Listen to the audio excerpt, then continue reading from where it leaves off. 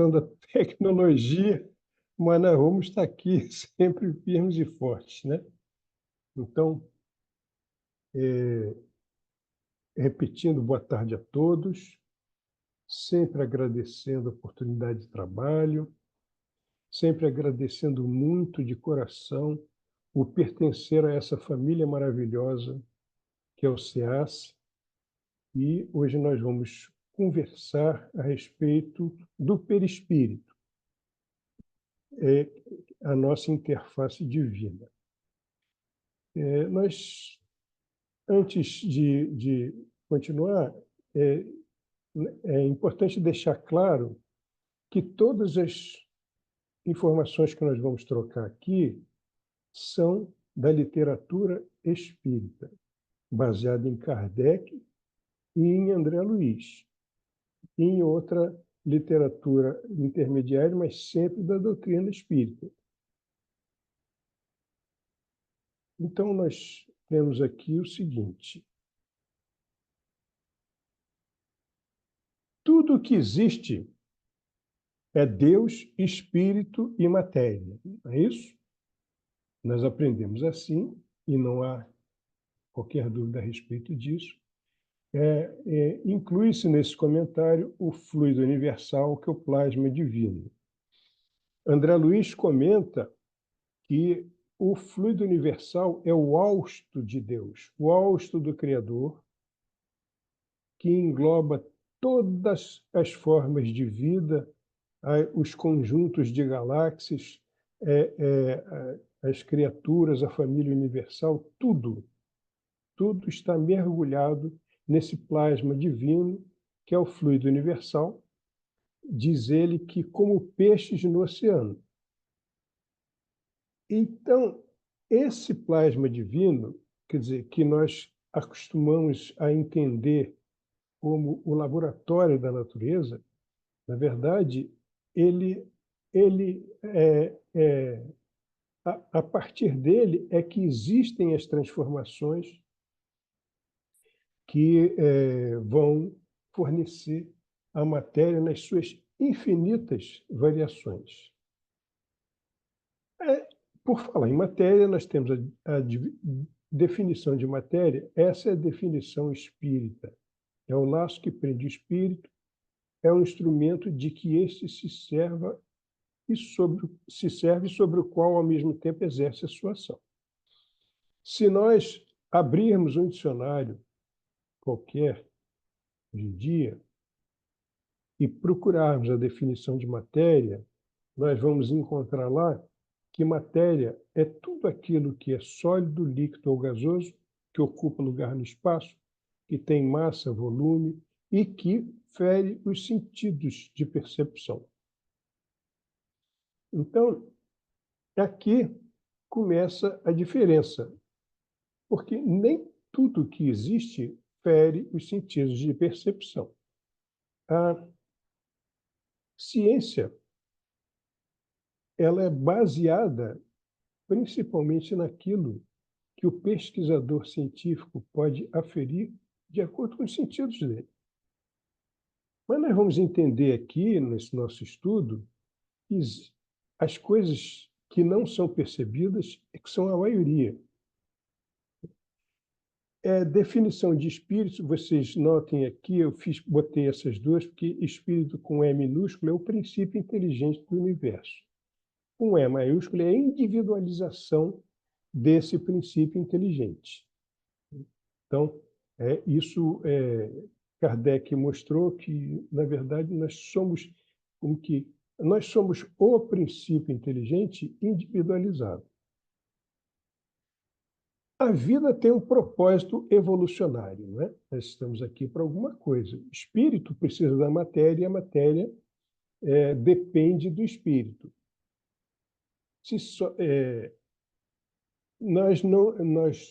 Por aí nós podemos constatar. Nós sabemos que não existe só Deus, porque nós temos a nossa consciência e nós percebemos o que nos é exterior, que sabemos não ser Deus, né? A matéria em si. Sem matéria, o princípio inteligente não poderia desenvolver, não poderia evoluir. E sem aqueles que pudessem trabalhá-la, manipulá-la, também não haveria progresso. Então, tudo é Deus, Espírito e matéria. Nós temos necessidade de encarnações, por quê? Porque os mundos se constituem de núcleos de matéria mais densa, cercados de esferas concêntricas, variáveis em densidade e correspondentes às diferentes dimensões. Nós, segundo lá a resposta à pergunta 132, nós precisamos da encarnação para chegar à perfeição. Essa imposição de Deus. Mas falo lá mais nessa resposta que, para isso, nós tomamos um instrumento de harmonia com a natureza do mundo em que nós vamos encarnar, para daí cumprirmos as ordens de Deus. E assim que cada um de nós, ao mesmo tempo em que ajuda o plano da vida, também evolui.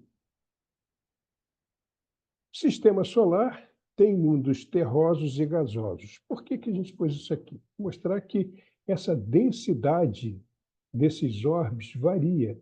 E a correspondência disso diz respeito aos espíritos que lá habitam. Se nós percebermos o sistema solar, nós vamos ver que os primeiros planetas mais próximos do Sol são todos terrosos, né? Mercúrio, Vênus, Terra e Marte. E depois há um grande hiato e começa Júpiter, Saturno, Urano e Netuno. Rebaixaram Plutão, coitado, porque é um planeta anão, então tiraram dele o status de planeta. Eu acho isso uma injustiça. Em todo caso, o que a gente compreende aqui é o seguinte, que esses planetas gasosos sugerem, pela matéria de que são feitos, que os espíritos que lá fazem a evolução têm um adiantamento correspondente. Nós temos que entender como é que nós, na nossa compreensão, vivemos a evolução dessas noções de constituição do ser. Antigamente, as pessoas só se acreditavam com o corpo, né? E fim do corpo, findava tudo. Mas desde os gregos, os filósofos gregos, eles já falavam de alguma coisa que sobrevivia a esse corpo físico. Jesus tentou ser o mais claro possível, né? Porque ele dependia do entendimento, né? No diálogo com Nicodemos, ele fala lá que quem não renascer da água e do Espírito não pode ver o reino dos céus. E o entendimento disso era muito precário por causa das idades espirituais do ser naquela altura. Veio o Espiritismo e nós entendemos já, começamos a entender que além do corpo físico, o espírito é revestido do perispírito e mergulha no corpo físico. Mas existe um conhecimento mais atualizado dessa Constituição que fala que aqui devemos considerar que o corpo físico reflete o corpo espiritual, que é o perispírito, tanto quanto este retrata em si o corpo mental que lhe preside a formação. Isso são palavras de André Luiz. Após a morte, é o corpo espiritual o veículo físico por excelência. O que ele quer dizer com isso? Ele quer dizer o seguinte, que em cada plano nós usamos de um veículo para viver numa matéria correspondente. Então, nós sabemos que os desencarnados vêm aqui, atravessam parede, eles nem sempre são visíveis, porque nem todo mundo tem a mediunidade bem clara, né? Mas nós não podemos fazer isso porque a nossa natureza material, a natureza material do corpo físico, impede esse tipo de coisa. lá no plano do perispírito, que é o chamado plano astral, a relação que eles têm com a matéria daquele plano é correspondente à nossa, a que nós temos com esse plano aqui. Então, lá também existe, as coisas são tangíveis, existem construções, existem vestimentas, tudo isso está explicado na literatura de André Luiz. Aqui, esses comentários foram tirados de Evolução em Dois Mundos, de André Luiz, que é um livro interessantíssimo. Nós pusemos aqui corpo físico e corpo vital, perispírito e corpo mental. Nós já sabemos que o corpo mental preside a formação do perispírito. Mas entre o corpo físico e o perispírito, André Luiz fala também no corpo vital, que é o duplo etérico de outras escolas. O que significa dizer? Que, na verdade, a matéria perceptível pelos nossos sentidos, a matéria física, existe limitação também nesse sentido. Nós percebemos a matéria do nosso próprio plano físico, até um certo ponto, até um certo grau de densidade. A partir daquele grau de densidade, que nós vamos ver aqui adiante, nós já não percebemos. E esse é o campo de ação desse corpo. Não é campo de ação, mas essa é a natureza desse corpo vital, que compreende outros estados do plano físico. O corpo vital é plano físico também. Aprendemos, então, que vivemos simultaneamente em diferentes dimensões. Como estamos encarnados, a nossa consciência está geralmente focada no cérebro físico. Então, o que nós temos que entender? Se nós nos perguntarmos, quer dizer, onde é que está o nosso perispírito, o nosso corpo mental? Aqui mesmo. Nós estamos usando para conversar esse corpo mental e esse corpo astral, esse perispírito, todo esse aparato, né, que é o que nós usamos quando nós estamos encarnados. A diferença é que quando nós morremos, quer dizer, nós findamos a nossa experiência no plano físico, nós deixamos essa parte física, inclusive o corpo vital, e passamos a viver o perispírito. Botei aqui que geralmente é focada no cérebro físico, por quê? Porque nós temos também situações em que nós também funcionamos no nosso corpo espiritual. Então, assim, quando nós estamos no estado de vigília, a nossa consciência está focada no cérebro, né, físico, né? A nossa consciência está aqui. Quando nós vamos dormir, o que acontece? Essa consciência começa a dormir e essa aqui começa a acordar. Aí nós passamos a ter consciência no cérebro perispiritual. Quando nós estamos começando a adormecer, muitas vezes existe uma ponte de consciência entre esses dois corpos. Aí o que acontece?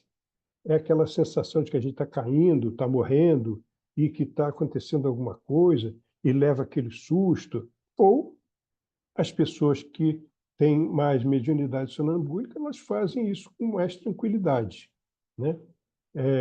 Se desprende, o desprendimento consciente já é uma coisa mais de uma sensibilidade mais apurada.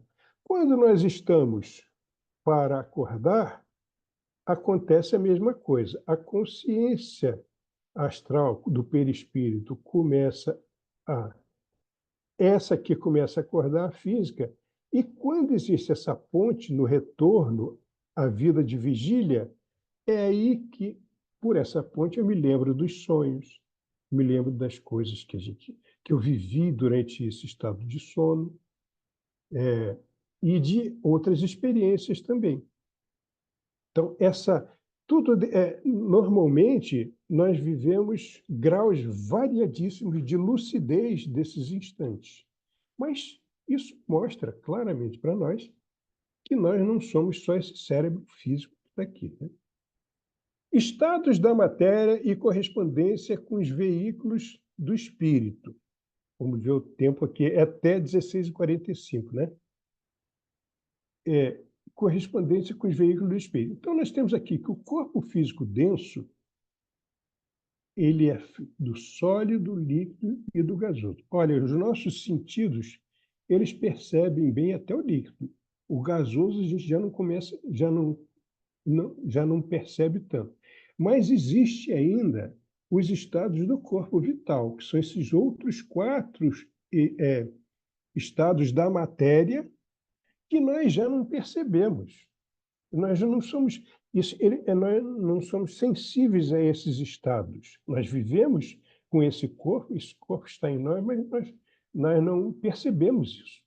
Então, existe todo um mundo correspondente físico, de matéria física, que não é percebido por nós. Então, olha o que a gente ainda vai crescer, o que a gente ainda vai desenvolver. Olha quantas coisas nós temos que aprender e perceber, né?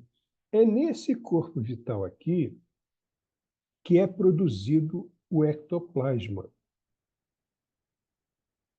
Esse ectoplasma dizem até que é outro estado da matéria, né? Certamente que é, mas tem esse nome ecto, que é para fora, e plasma, porque tem essa contextura, né? Esse ectoplasma que é produzido aqui, ele é manipulado pelos amigos espirituais, porque nós não temos maturidade espiritual para fazer isso por nós mesmos, né? E ele assume características que são referentes aos 2 planos de vida. Ele pode ser mais transparente, mais diáfano, ou pode ser mais opaco, ou pode ser mais tangível. E tudo isso é manipulado pela espiritualidade nos fenômenos de materialização. E isso é produzido aqui. O corpo espiritual tem a matéria do plano correspondente, e o corpo mental a matéria do plano correspondente. A diversidade da matéria na expressão da vida, o espaço e o tempo, a percepção da matéria pelos sentidos. Então, o que acontece? Botei aqui corpo, tecidos, células, moléculas e átomos. Entre moléculas e átomos tem os elementos, os diversos elementos. Na verdade, não é para que nós nos atenhamos muito a isso, não, mas nós temos que entender o seguinte: essa noção de espaço e tempo, para nós, é profundamente limitada. É muito limitada. Os físicos, eles explicam que, por exemplo, na estrutura atômica, eles fazem uma comparação. O núcleo do átomo é como se fosse uma bola no centro do campo, e quando aquela nuvem de elétrons, elas vão lá na arquibancada. Então, isso são dimensões que nós até temos dificuldade de compreender. Mas é isso que explica por que é que espírito atravessa a parede. Porque a contextura deles, da matéria que eles usam, é diferente. Então, nós olhamos uma parede, para nós ela é rígida, completamente rígida, mas ela é feita de espaços, né? Claro que a matéria sólida, ela nos parece compacta aos sentidos, mas isso não, em relação aos espíritos, isso é uma relação diferente, né? Então, existe uma ordem que vai do mais denso ao mais sutil, de acordo com a evolução. Inclusive nos orbes, né? Nos mundos, nos planetas, vimos que vão dos mais terrosos para os mais gasosos. Perispírito e ambiente.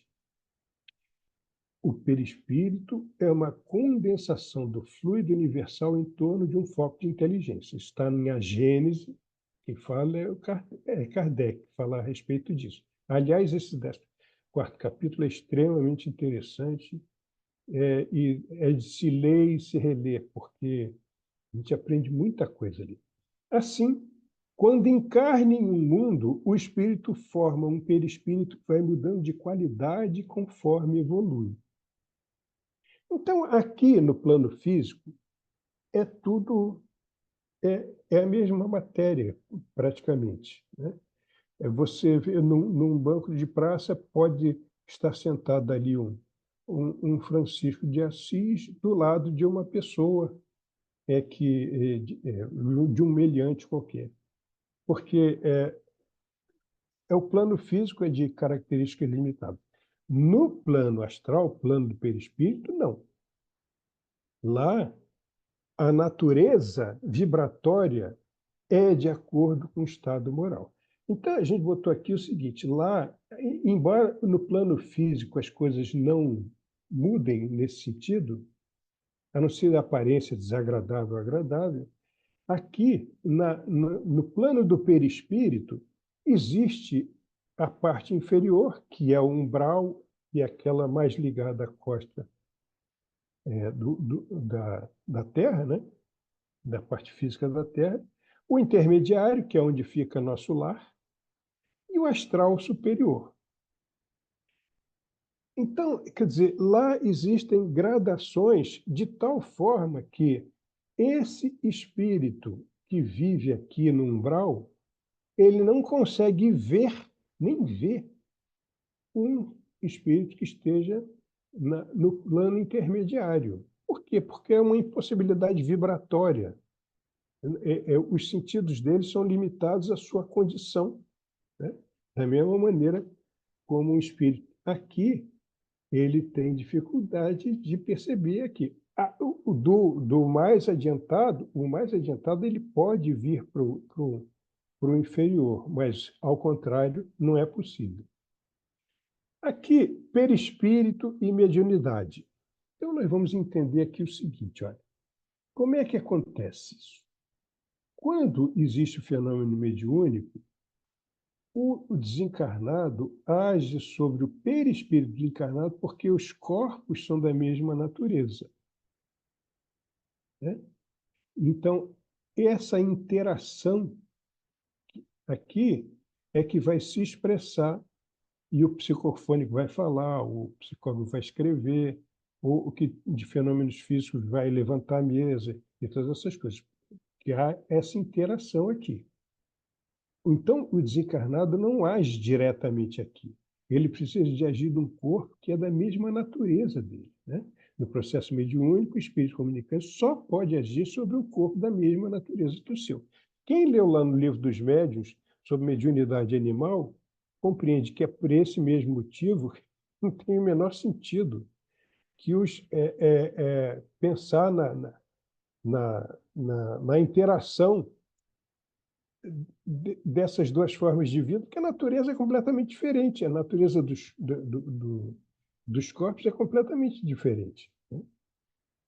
E aqui nós temos o fenômeno do animismo, que é quando o perispírito do encarnado age diretamente sobre o corpo físico. Ora, isso aqui nem pode ser como... Quer dizer, a gente está sempre... Esses corpos estão sempre ligados enquanto estamos encarnados. Mas acontece que a consciência do médium anímico, ela está focada no cérebro perispiritual. Então, a atividade de consciência dele está focada aqui. Então, ele é médium dessa situação. Então, isso não implica, de jeito nenhum, em que esse médium esteja enganando, fazendo coisas. Nós já vimos isso, nós já aprendemos isso. Não se trata disso. Se trata de uma condição especial em que o espírito aqui, por esse perispírito, se expressa nesse corpo aqui de uma maneira que é realmente como se fosse outra pessoa. O Jacobson Trovão, da FEB, que é o que mais entende mediunidade, ele fala do medianimismo. O que é isso? É a mistura dessa influência aqui com essa influência aqui. Aí a gente fala, quando o médium está lá trabalhando na mesa, isso é animismo. Quer dizer, quando a gente fala isso, a gente está falando do quê? Dessa situação aqui ou de toda uma situação? Diz o Divaldo que, no início do desenvolvimento mediúnico, 90% da manifestação é mais anímica. E isso é natural que aconteça dessa maneira, a não ser naqueles médiuns que já vêm prontos, já tem isso como algo que acontece, que tem que vir para acontecer mesmo. Mas nesse desenvolvimento, nessa educação, o que acontece é que esse espírito aqui, ele precisa usar o seu perispírito para se expressar aqui primeiro. E depois, ele, influenciado por esse aqui, há toda uma expressão que vem dessa junção. Ocorre que, muitas vezes, o que o médium expressa é mais uma coisa que é dele. Agora, muitas vezes ocorre que é mais uma coisa do espírito mesmo. Então, isso sugere que as pessoas tenham que ter disciplina, boa vontade, treinamento, usar o amor como instrumento para trabalhar, né? Porque é nessa situação que nós vamos sendo ajudados pela espiritualidade para que nós possamos fazer um bom trabalho mediúnico. Isso vale para todas as situações mediúnicas, né? Kardec. Aliás, esse é um outro estudo muito interessante, que é de conceito de mediunidade. Existe uma mistura de muita coisa a respeito disso. O jeito quando Kardec explica claramente que o sonâmbulo, por ser sonâmbulo, não é médium. Não é? Ele pode ser um médium que atua sonambulicamente, mas nessa situação existe uma influência de algum espírito sobre o, o perispírito nessa situação aqui, ó, né? Então, ele é sonâmbulo e, ao mesmo tempo, médium. Mas ele pode ser apenas sonâmbulo, sem a presença de nenhum espírito. E aqui nós vamos explorar essa parte aqui, que diz respeito às características do perispírito. Efeitos diretos da condição moral. Ora, quando a gente desencarna,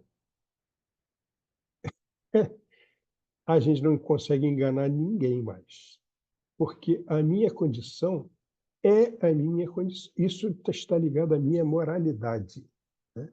Ao meu estado mais ou menos material. Enquanto eu estou no corpo físico, eu posso pensar uma coisa, falar outra, agir de uma terceira maneira e tentar convencer alguém de uma quarta coisa. Lá não.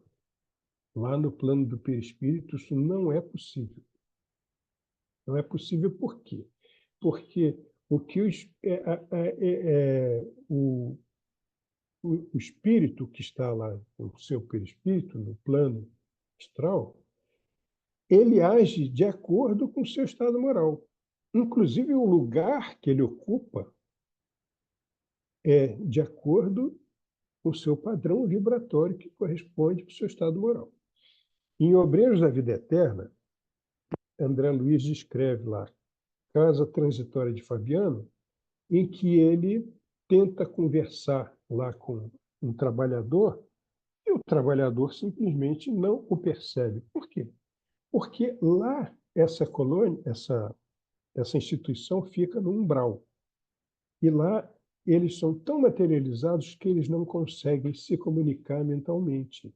eles precisam da linguagem articulada. O que é isso? Isso é uma dependência da materialidade daquele espírito que já está desencarnado, mas ele ainda está muito materializado. E isso fala daquela variação lá do inferior, do intermediário, do superior, porque isso é de acordo com o estado moral, né? O perispírito tem uma luminosidade própria dele, que varia um pouquinho de acordo com o seu grau de adiantamento. Mas é essa luminosidade própria que vem daí o nome de corpo astral, vem de astro, que tem luz própria, né? Então, isso os videntes falam. Quando o espírito aparece, e o médium está usando o cérebro físico, ele não percebe, evidentemente, isso, porque tanto é que Chico, Dona Ivone, às vezes conversavam com determinadas pessoas, não sabiam se a pessoa estava encarnada ou desencarnada, né? Porque é a mesma coisa, é como se fosse a mesma coisa. Mas fora do ambiente físico, essa luminosidade é perceptível. O perispírito é plástico. A matéria do perispírito se transforma de acordo com os comandos mentais. Por isso é que um espírito que ele já está desencarnado, que ele vive com uma outra roupagem, ele pode plasmar mentalmente a aparência que ele tinha em vida anterior para aparecer para as pessoas, porque o perispírito é muito plástico.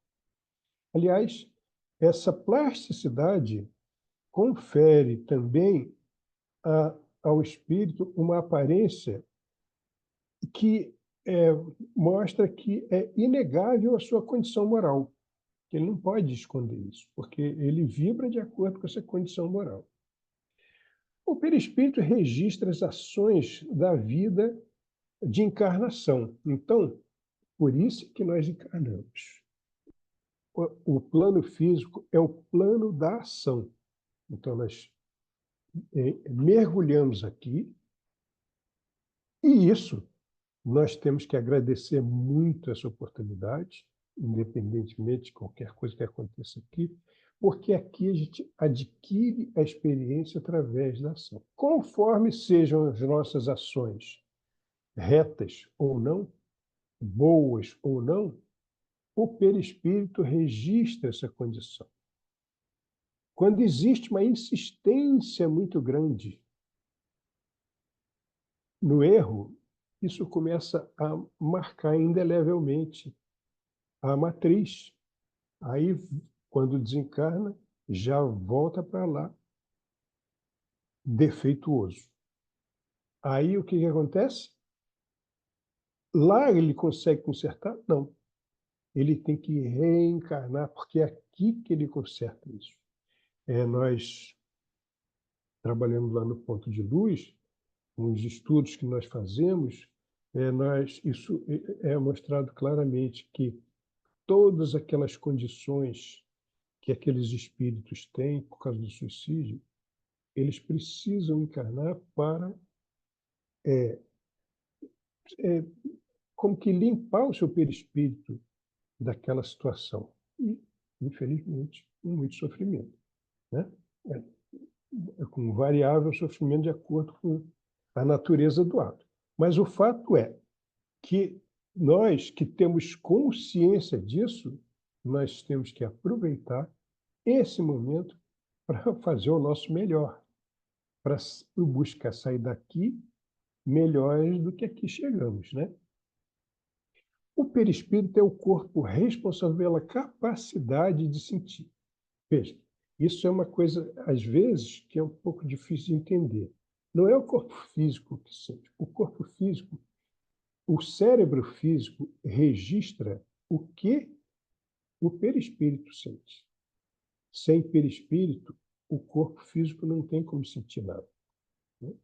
Tanto é que entre o corpo físico e o corpo do perispírito, existe esse corpo vital que nas situações de anestesia, ele se afasta um pouco, por isso que a pessoa não sente nada. Porque é momentaneamente cortada aquela sensibilidade. E em traumas também isso acontece, né? Aliás, eu posso falar de cadeira com velhice também, acontece um pouquinho isso. Mas o fato é que sensações, desejos, emoções e sentimentos, isso, quem registra, quem vive essas coisas é o perispírito. O cérebro físico apenas interpreta isso e vive de acordo com essas coisas todas. Alimentação. Lá em Evolução em Dois Mundos também, o André Luiz fala nessa alimentação, aqui eu botei oxigênio e princípio energético. Isso é uma parte importante do nosso estudo. Sem exagero, poderíamos dizer importantíssimo. Porque quando nós inspiramos, o que a ciência mostra? Inspirou oxigênio. Fez a troca gasosa, volta a gás carbônico para o exterior. Mas esse é um fenômeno físico. Junto com o oxigênio, existe um princípio energético que alimenta o perispírito. De que o perispírito precisa disso para estar bem. Por isso é que nos fenômenos, nas atividades de meditação e uma série de coisas, essa respiração é qualificada e nutre o perispírito. Aliás, em qualquer situação que angustie o ser, o que as pessoas fazem? Elas suspiram. Respiram profundamente. O que é isso? Isso é uma necessidade de equilíbrio do todo dos meus veículos, e isso é feito através da respiração. Então, sempre que nós tivermos qualquer situação emocional que nos incomode, paremos e nos lembremos de respirar lenta e profundamente. Quando nós fazemos isso, nós equilibramos a nossa parte mais energética, porque o perispírito ele é mais ligado às situações eletromagnéticas, né? O amigo lá, espiritual na sala de passe, ele age juntando o elemento que ele traz ao nosso no perispírito. É do nosso perispírito que saem aquelas emanações energéticas que são o elemento do passe. Então, a respiração é importantíssima nesse sentido de equilíbrio. O ser encarnado forma um todo integrado que comanda as ações na matéria, objetivando a evolução. Então, nós podemos dizer o seguinte: é um assunto muito vasto, tem muita coisa ligada a isso. Mas para contextualizar a compreensão dessas poucas coisas que estão na literatura, sim, porque existem muitas coisas para... Aliás, quando eu percebo que existem muitas coisas para aprender, a gente fica animado, né? Porque tem tanta coisa que a gente tem que viver e aprender. Então, entendamos o seguinte: quando nós mergulhamos num planeta para evoluir, está lá Kardec na Gênese falando, o fluido universal nos cobre a individualização do princípio inteligente para nós vivermos daquele planeta. Quando nós entramos na parte física, nós elaboramos uma personalidade para viver aquela existência. Por isso é que é diferente de todas as existências físicas. Mas quando eu saio daquele corpo, com o fenômeno da desencarnação, o meu perispírito é o mesmo. Ele só muda de qualidade de acordo com os meus atos. E enquanto eu estiver naquele planeta, eu vou estar usando esse veículo, que vai se qualificando da maneira como eu, dependendo das minhas ações. Principalmente. Por isso é que a coisa mais importante de nós estudarmos é o código moral chamado Evangelho de Nosso Senhor Jesus Cristo. Porque é ali que nós compreendemos as leis de Deus, nós compreendemos como nós devemos agir para nos melhorar. Eu queria terminar justamente lembrando isso. Existe uma recomendação evangélica que nós devemos nos qualificar enquanto nós estamos a caminho, né? Aproveitemos a nossa estada aqui para nos melhorarmos. Queria agradecer a atenção de vocês e passar a palavra para a Renata.